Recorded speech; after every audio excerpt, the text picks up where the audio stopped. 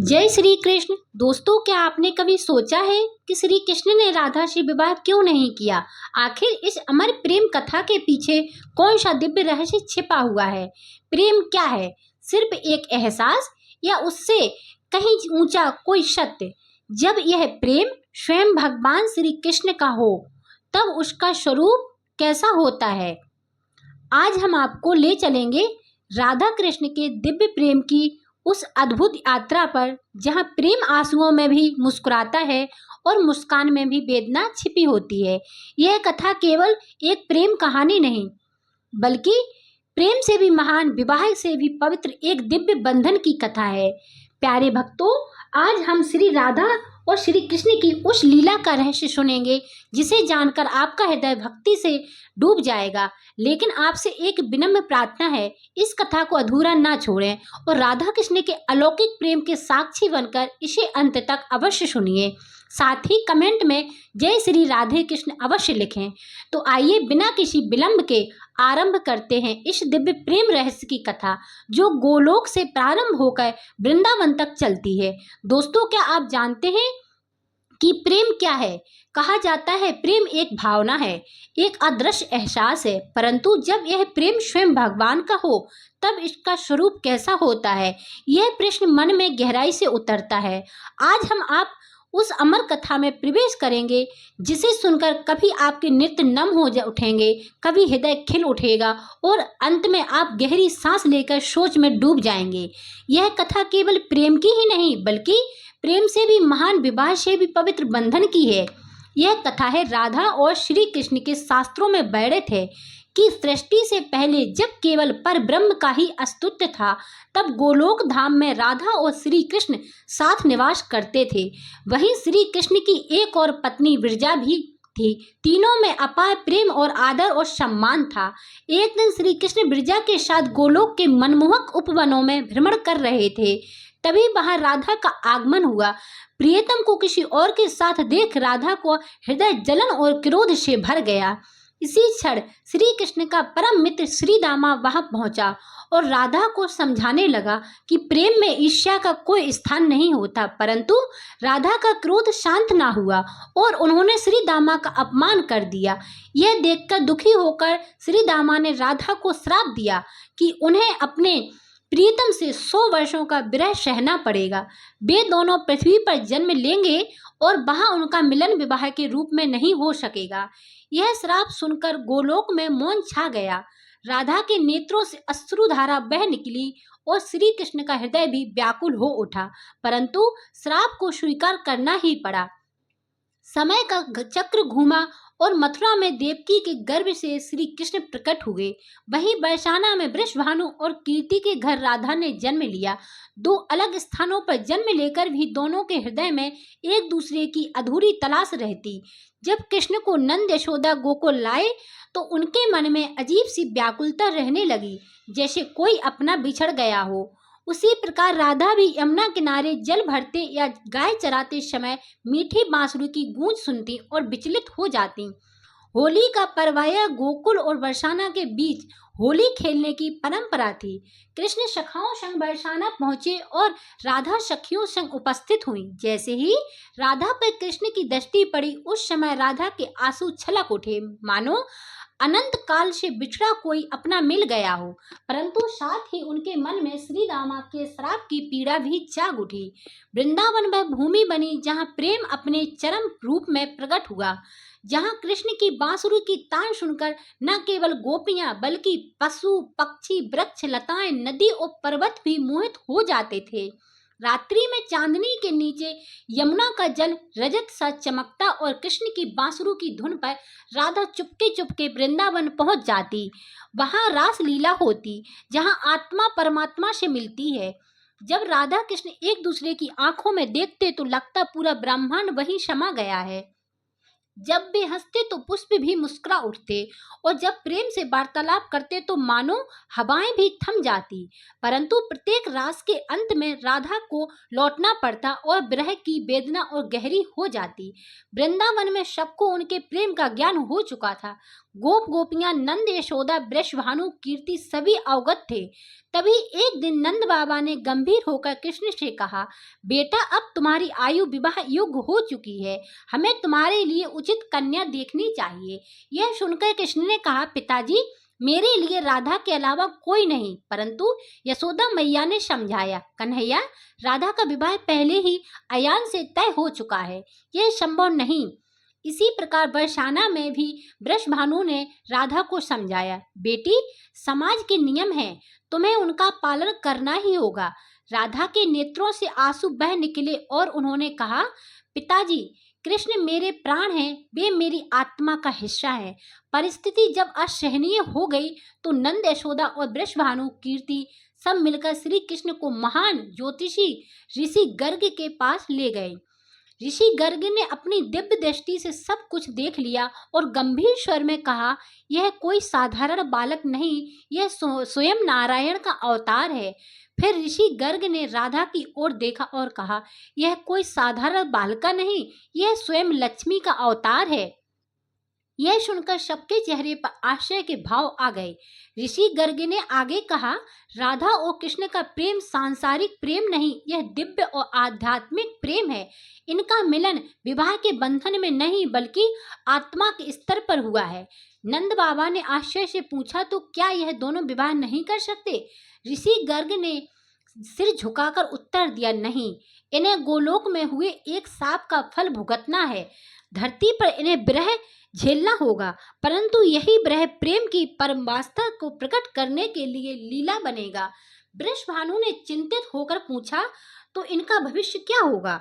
ऋषि गर्ग ने उत्तर दिया, कृष्ण का कार्य धर्म की स्थापना है, उन्हें मथुरा जाना होगा, कंस का वध करना होगा और उनका विवाह रुक्मणी से होगा। परंतु उनका प्रेम, उनका हृदय सदैव राधा के लिए ही धड़कता रहेगा। कीर्ति माता ने कहा और राधा ऋषि गर्ग ने कहा, उनका विवाह हयान से होगा, परंतु उनका मन सदैव कृष्ण में ही स्थित रहेगा और यह प्रेम समय के लिए और गहरा होता जाएगा।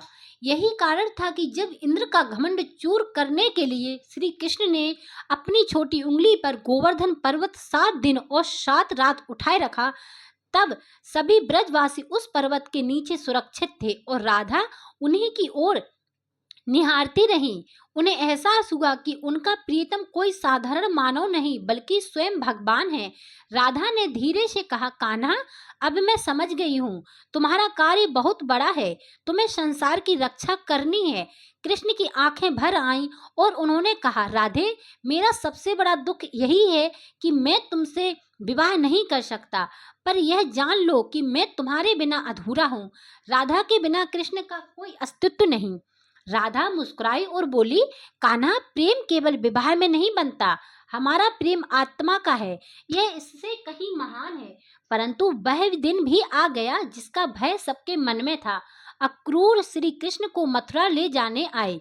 सारे ब्रजवासी रो रहे थे। नंद और यशोदा की आंखें आंसुओं से भरी थीं, पर सबसे अधिक पीड़ा राधा को हो रही थी। कृष्ण ने राधा से अकेले मिलने की इच्छा जताई और यमुना किनारे उसी स्थान पर पहुंचे जहां वे पहली बार मिले थे। वहां खड़े होकर कृष्ण ने राधा से कहा, राधे, मैं जा रहा हूं, पता नहीं कब लौट पाऊंगा। राधा ने उनके हाथ अपने हाथों में लेकर कहा, कान्हा, जाना तो तुम्हारा धर्म है, पर एक वादा करो, तुम मुझे कभी नहीं भूलोगे। कृष्ण ने भरभराए स्वर में कहा, राधे, भला मैं तुम्हें कैसे भूल सकता हूँ? तुम मेरी सांसों में बसी हो, मेरी धड़कने में हो। जब भी मैं बांसुरी बजाऊंगा उसमें तुम्हारा ही नाम होगा। राधा के नेत्रों से अश्रुधारा बह रही थी और उन्होंने कहा, कान्हा, मैं भी जन जन तक तुम्हारा इंतजार करूंगी। कृष्ण ने उनके माथे पर प्रेम से चुम्बन लिया और कहा, राधे, यह विदाई केवल शरीर की है, आत्मा तो सदा साथ रहेगी। रथ आ गया। अक्रूर प्रतीक्षा कर रहे थे। कृष्ण रथ पर बैठे, पीछे मुड़कर राधा को देखा, वह वहीं खड़ी हाथ हिला रही थीं और रथ धीरे धीरे ब्रजभूमि से दूर होता चला गया।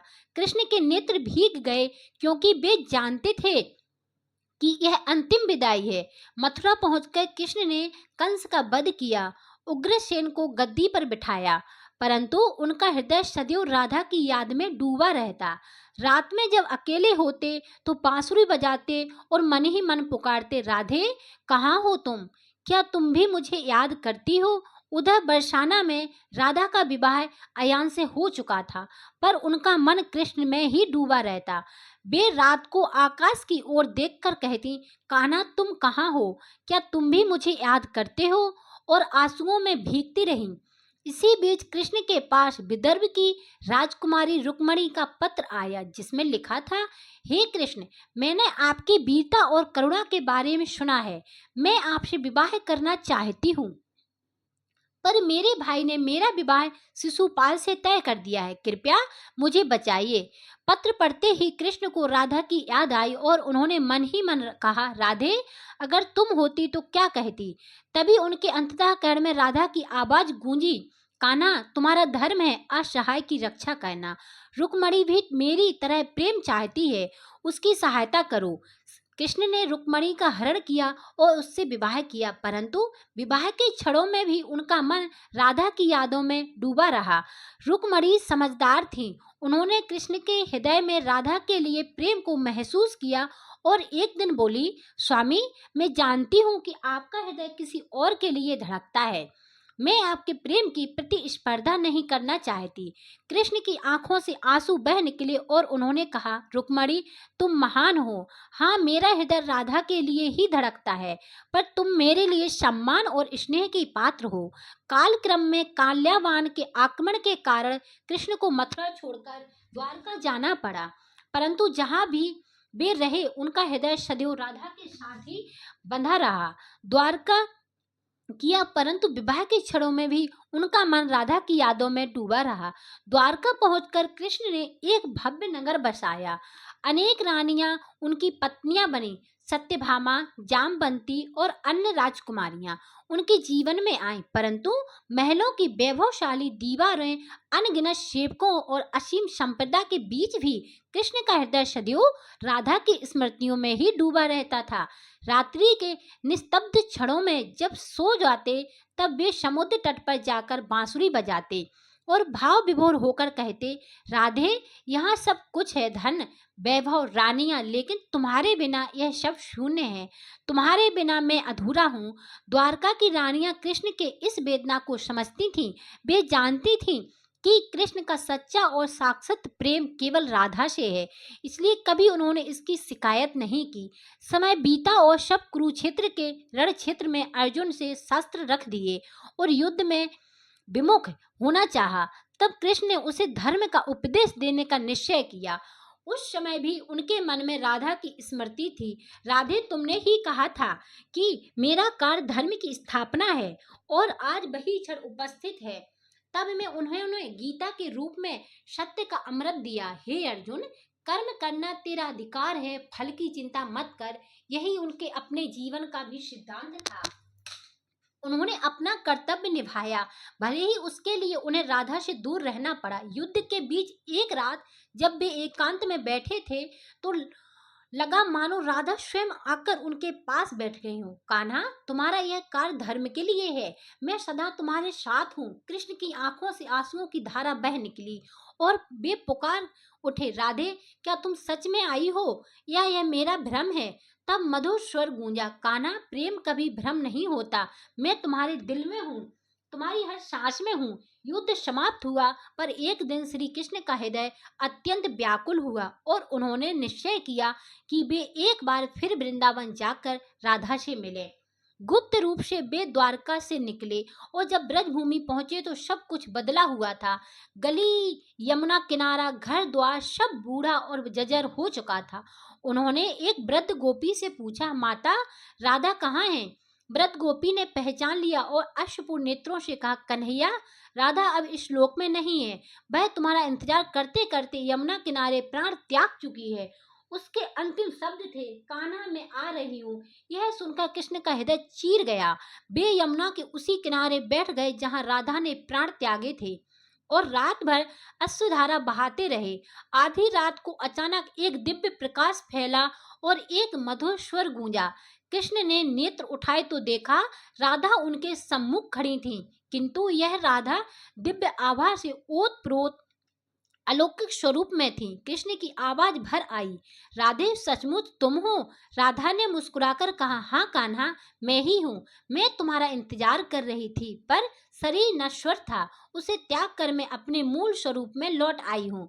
अब मैं गोलोक में तुम्हारी प्रतीक्षा करूंगी। कृष्ण व्याकुल हो उठे, राधे, मैं भी तुम्हारे साथ चलना चाहता हूँ। राधा ने गंभीर स्वर में कहा, नहीं कान्हा, अभी तुम्हारी लीला अधूरी है, तुम्हें यदुवंश का अंत देखना है। जब समय आएगा तब तुम भी गोलोक लौट आना। प्रेम में समय का कोई बंधन नहीं होता। धीरे धीरे राधा का दिव्य स्वरूप विलीन होने लगा और जाते जाते वह केवल यह वाक्य छोड़ गई, कान्हा याद रखना, राधा के बिना कृष्ण अधूरे हैं और कृष्ण के बिना राधा अधूरी है। हमारा प्रेम अनंत है, सनातन है। कृष्ण वहीं बैठे रहे, उनकी आंखों से अश्रुधारा बहती रही और समुद्र की लहरों की तरह उनके हृदय में राधा की अमर स्मृतियां उमड़ती घुमड़ती रहीं। कृष्ण ने हाथ बढ़ाया और राधा धुंधली होती गई, एक दिव्य आभा में विलीन हो गई। बस उनकी मधुर बाणी हवा में गूंजती रही, राधे कृष्ण राधे कृष्ण। यदुवंश का अंत आ चुका था और कृष्ण जानते थे कि अब उनकी लीला पूर्ण होने का समय आ गया है। वन की छाया में शांत भाव से बैठकर वे ध्यान में लीन हो गए।